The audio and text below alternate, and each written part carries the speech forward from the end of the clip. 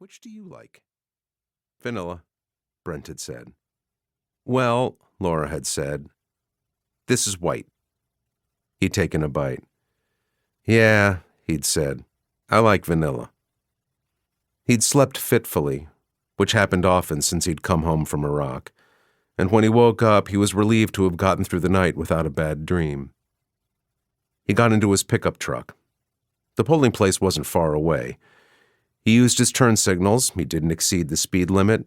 He parked between the lines. He opened the entrance door for someone else and let that person go through first. He believed in courtesies and in rules. And he believed that anyone who held doors, didn't lie about cake frosting, didn't cheat, worked hard, and treated people with respect would have a shot at a life of opportunity and meaning. Here to vote? A poll worker asked him. Yes, sir, he said.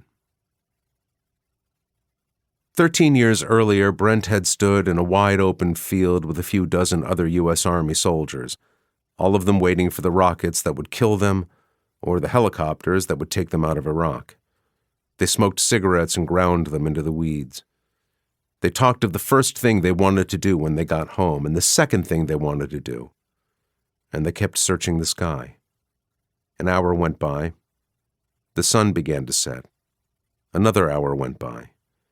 There was no telling when the helicopters would show up. That was the best their war could do for them after a year in which dozens of them had been carted away with injuries and 14 of them had died. And as the survivors kept waiting, a nervous silence descended until one of them said, "They're coming." It was Brent who had said this. Everyone had looked toward where he was looking and then had seen them too. A pair of small silhouettes in a big sky lit by a dented-looking moon.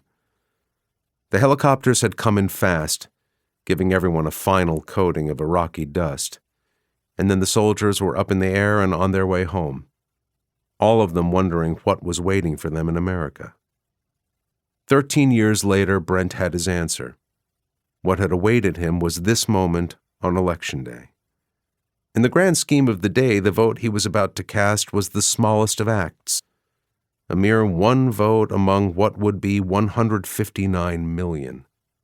And yet, as Brent looked at the first name on the ballot, Donald J. Trump, and then the next name, Joseph R. Biden, the moment felt like a reckoning with everything he had been experiencing since he'd gotten on the helicopter and come home to a country that more and more was feeling like it was coming apart at the seams.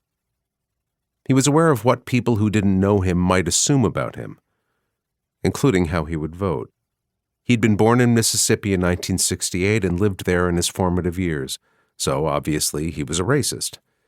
He'd been raised in New Jersey, where he played center on his high school football team, and then went on to play rugby in college, so of course he was brutish and crude. He had spent 28 years in the U.S. Army and had been in combat, so surely he had killed people.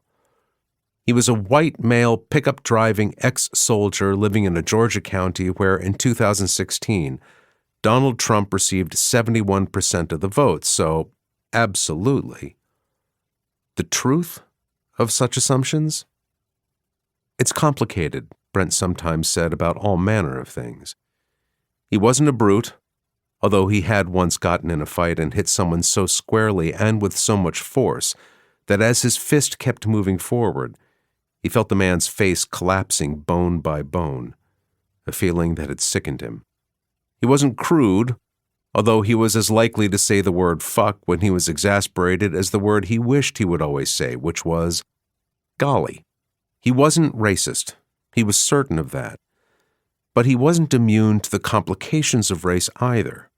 Not since he was a child who one day climbed into his grandparents' car and began beeping the horn again and again until it got stuck, at which point a black man who worked for his grandfather and was always friendly and patient came over, raised the hood, fixed the horn, lowered the hood, leaned in the window, and whispered so no one else could hear, "You sticks that horns again, I's beat you as black as I is."